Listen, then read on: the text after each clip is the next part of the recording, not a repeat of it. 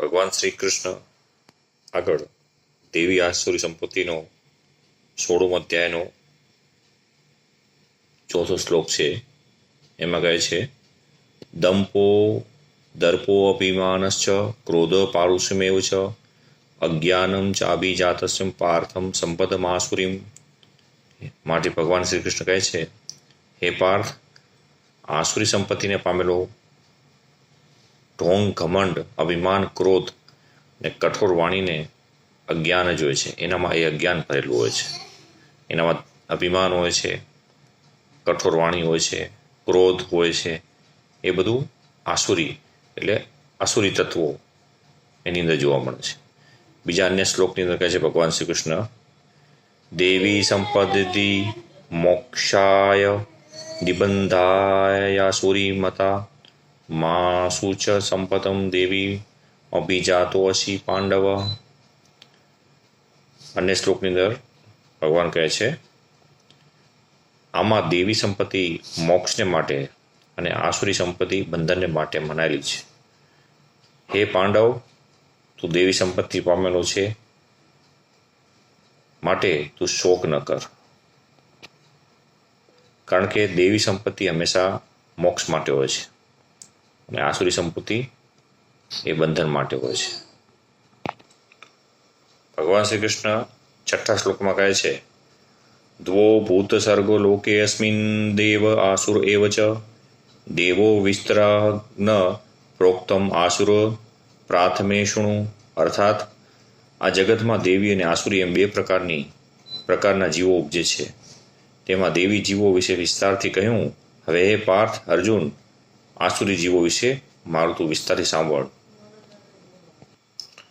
પ્રવૃત્તિ ચ નિવૃત્તિ ચ જના ન વિદુરાશુરા ન શોચમ નાપી ચાચારો ન સત્યમ તેષુ વિદતે. ભગવાન શ્રી કૃષ્ણ આગળ કહે છે, આસુરી મનુષ્ય પ્રવૃત્તિ કરવા જેવું શું અને નિવૃત્તિ ન કરવા જેવું શું તે જાણતા નથી. તેમ પવિત્રતા, શ્રેષ્ઠ આચરણ કે સત્ય પણ તેઓમાં જણાતા નથી. એ આસુરી મનુષ્યો હોય છે. એની અંદર આસુર મનુષ્યો એટલે રાક્ષસી વૃત્તિવાળા મનુષ્યો, જેઓને પવિત્રતા હોતી નથી, શ્રેષ્ઠ આચરણ હોતું નથી, સત્ય પણ એમનામાં હોતું નથી. આગળના શ્લોકમાં કહે છે ભગવાન, અસત્યમ પ્રતિષ્ઠમ તે જગદાહુરનીશ્વરમ અપરસ્પરમ સંભૂતમ કિમનિત્ય કામ હેતુકમ.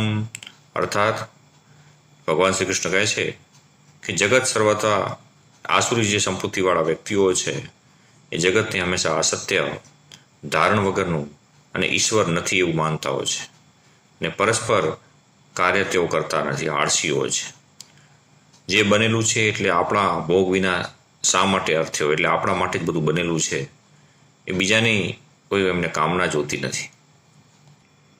આગળના 9મા નંબરના શ્લોકમાં ભગવાન કૃષ્ણ કહે છે, જે આસુરી વૃત્તિવાળા વ્યક્તિઓ છે, જે દુષ્ટ બુદ્ધિવાળા છે, એતા દ્રષ્ટિમવષ્ટમ્ય નષ્ટાત્માના અલ્પબુદ્ધય પ્રભવત્યુગ્ર કર્મણા ક્ષયાય જગતો અહિતા. અર્થાત એ દુષ્ટ બુદ્ધિવાળા વ્યક્તિ એવી અવળી સમજણ હોય છે એમને, ટૂંકી બુદ્ધિવાળા નષ્ટાત્માઓ એવા ઘોર કર્મ કરે છે. એ જગતના શત્રુ જાણે નાશ માટે જ પાક્યા હોય એવું એમનું કાર્ય હોય છે. એટલે હંમેશા બીજાને નુકસાન પહોંચાડનારા હોય છે અને જગતમાં નુકસાન કરવા માટે જ આવ્યા હોય છે. 10મા નંબરના શ્લોકની અંદર ભગવાન કહે છે, કામમાં સ્ત્રિત્યમ દુષ્પુરુમ દંભમાન મદાન્વિતા મોહાદ ગૃહીત્વા અસદગ્રાહન પ્રવર્તતે અસુચિ ચિવરંતા. અર્થાત એ પાખંડ, એ આસુરી વૃત્તિના વ્યક્તિઓ પાખંડ, માન અને મદથી ભરેલા આસુરી લોકો મોહને લીધે ખોટા નિશ્ચયો પકડી લઈને તથા કદી પૂરી ન થાય એવી ભોગ ઈચ્છાઓને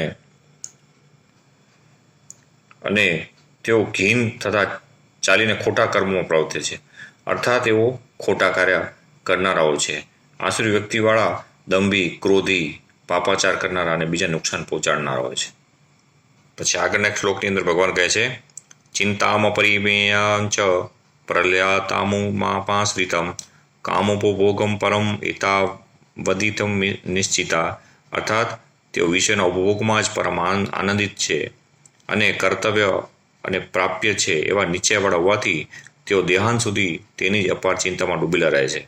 એટલે કે ભોગ ઈચ્છામાં જ તેઓ તૃપ્ત થયેલા હોય છે અને ચિંતામાં પોતે ડૂબેલા હોય છે. 12 નંબરના શ્લોકની અંદર ભગવાન કૃષ્ણ કહે છે, આશા પરાસતે બધા કામ ક્રોધમ પરાયણા ઇહતે કામ ભોગાર્થ મન્યા યનાર્થમ સંચયાન. અર્થાત એવો આસુરી વૃત્તિવાળા વ્યક્તિઓ આશારૂપી સેંકડો પાસથી તેઓ બંધાયેલા, કામ ક્રોધમાં રહેનારા, તેઓ વિષય ઉપભોગને માટે અન્યાયથી ધનાદિ પદાર્થનો સંચય કરવા માટે મથે છે. અર્થાત એ પોતે કામ ક્રોધથી અન્યથી તે કામ ક્રોધના વશ થયેલા હોય છે અને અન્યાયથી ધનને પ્રાપ્ત કરવા મથે છે. એવા દુષ્ટ અને પાપી લોકો હોય છે.